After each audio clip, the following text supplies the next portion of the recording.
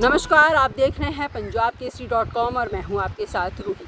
आज की बड़ी खबर दिल्ली हाई कोर्ट से है, जहां टर्की को दो कंपनियां सेलेबी एयरपोर्ट सर्विसेज और Celebi Delhi cargo terminal management ने भारत सरकार के एक अहम फैसले को अदालत में चुनौती दी है।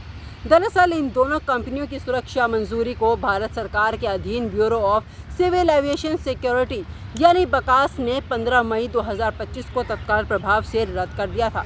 बकास ने यह कार्रवाई राष्ट्रीय सुरक्षा का हवाला देते हुए की थी। कंपनियों को अब भारत में काम करने के लिए ज़रूरी सुरक्षा मंजूरी नहीं मिल रही, जिसके चलते उनका पूरा संचालन अधर में लटक गया है। इस फैसले के खिलाफ सेलेबी ने दिल्ली हाई कोर्ट में याचिका दाखिल की, जिसकी सुनवाई सोमवार को हुई। कंपनियों की ओर से वरिष्ठ अधिवक्ता मुकुल रोहतगी ने अदालत में दलील दी कि उन्हें इस फैसले से पहले सुनवाई का कोई मौका नहीं दिया गया। उन्होंने कहा कि यह फैसला सिर्फ पब्लिक परसेप्शन यानी सार्वजनिक धारणा के आधार पर लिया गया, जबकि कोई ठोस सबूत पेश नहीं किया गया। वहीं रोहतगी ने कोर्ट को बताया कि सेलेबी ग्रुप पिछले 17 सालों से भारत में काम कर रहा है और अब तक उनकी छवि पर कोई सवाल नहीं उठे हैं। उन्होंने कोर्ट से सवाल किया, क्या राष्ट्रीय सुरक्षा के नाम पर बिना कारण बताए किसी कंपनी को बैन किया जा सकता है? क्या ऐसा करना न्याय संगत है? वहीं सेलेबी की भारत में बड़ी मौजूदगी है।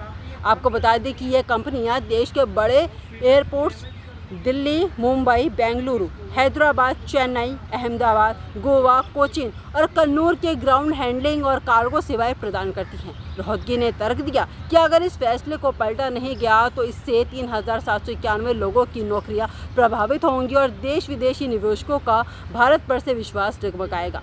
वहीं केंद्र सरकार की ओर से सॉलिसिटर जनरल तुषार मेहता ने अदालत को बताया कि यह मामला राष्ट्रीय सुरक्षा और नागरिक उड्डयन जैसे बेहद संवेदनशील विषयों से जुड़ा है। उन्होंने कहा कि सरकार ने यह फैसला गंभीर समीक्षा के बाद लिया और इसकी पृष्ठभूमि में कई अहम पहलू हैं जिन्हें सार्वजनिक नहीं किया जा सकता। उन्होंने कोर्ट से अनुरोध किया कि इस मामले में सरकारी फैसले में दखल देने से पहले सभी पक्षों की गंभीरता को समझा जाए। अब सवाल ये है कि क्या अदालत सरकार की इस कार्रवाई को बरकरार रखेगी या सेलेबी को राहत मिलेगी?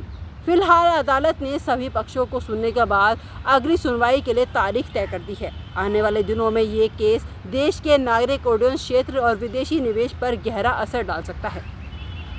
क्या कंपनियों को दोबारा भारत में काम करने की अनुमति मिलेगी या राष्ट्रीय सुरक्षा के नाम पर उनका सफ़र यहीं ख़त्म होगा?